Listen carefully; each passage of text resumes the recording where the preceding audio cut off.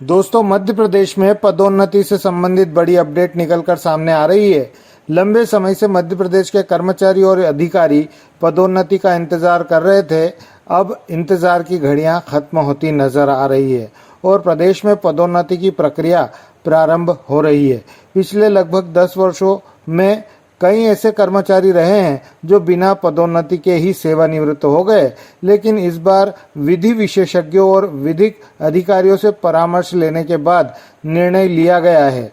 वरिष्ठ अधिवक्ता CS वैद्यनाथन, जो इस मामले में सुप्रीम कोर्ट में राज्य का पक्ष रख रहे हैं, उन्होंने पूरे मामले का अध्ययन कर अपनी कानूनी राय दी है। उसी के आधार पर आदेश जारी किए जा रहे हैं और पदोन्नति की प्रक्रिया शुरू की जा रही है।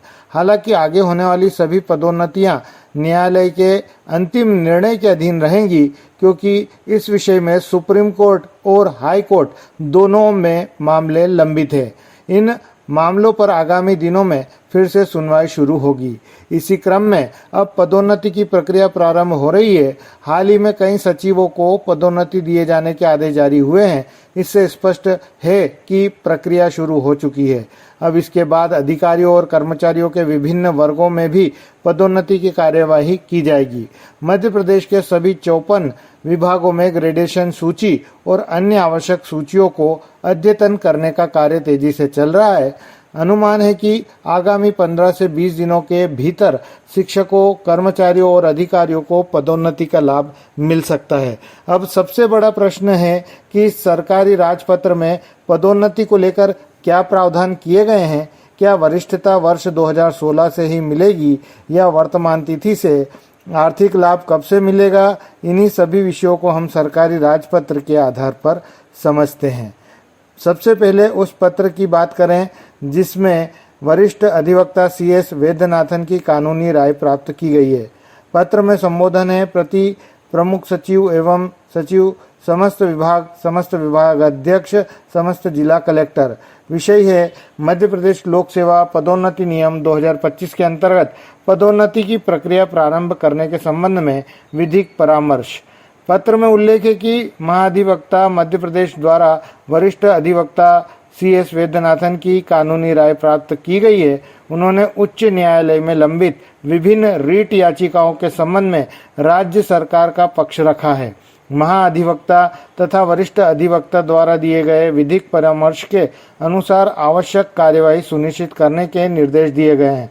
अर्थात कानूनी परामर्श प्राप्त होने के बाद अब पदोन्नति से संबंधित कार्यवाही प्रारंभ की जा रही है।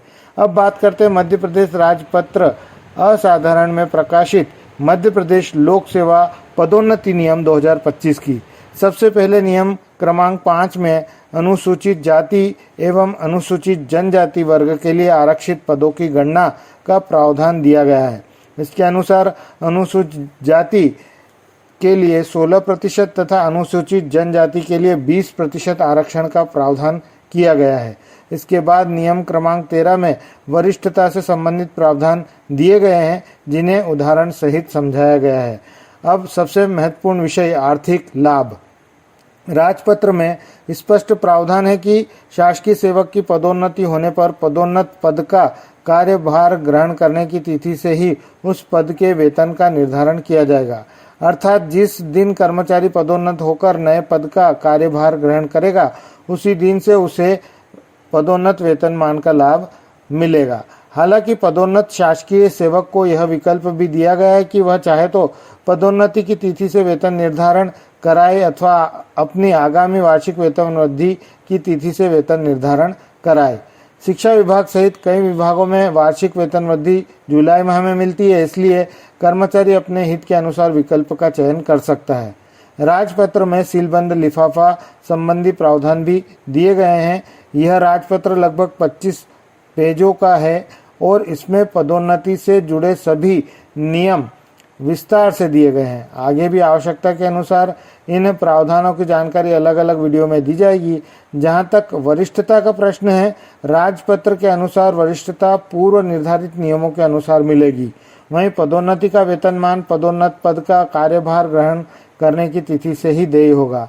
अब श्रेणी उन्नयन एवं पदभार ग्रहण से संबंधित प्रावधान भी समझ लेते हैं। राजपत्र के अनुसार पदोन्नति आदेश प्रभावी होने की तिथि से पदोन्नत शासकीय सेवकों को नए पद का कार्यभार ग्रहण करना होगा।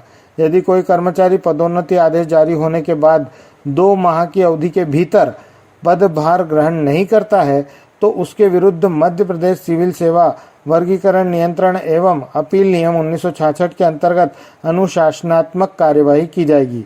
इसके अतिरिक्त ऐसे कर्मचारी को आगामी 5 वर्षों तक पदोन्नति से वंचित रखा जाएगा। इस अवधि में उसे समयमान, वेतनमान या क्रमोन्नति से संबंधित लाभ भी प्राप्त नहीं होंगे। 5 वर्ष की अवधि पूर्ण होने के बाद यदि वह पदोन्नति स्वीकार करता है तभी उसे आगे के वित्तीय लाभ प्राप्त होंगे। तो साथियों, राजपत्र के अनुसार इतना स्पष्ट है कि वरिष्ठता नियमानुसार मिलेगी, जबकि पदोन्नति का वेतनमान पदोन्नत पद का कार्यभार ग्रहण करने की तिथि से प्रभावी होगा। दोस्तों, इस वीडियो में इतना ही।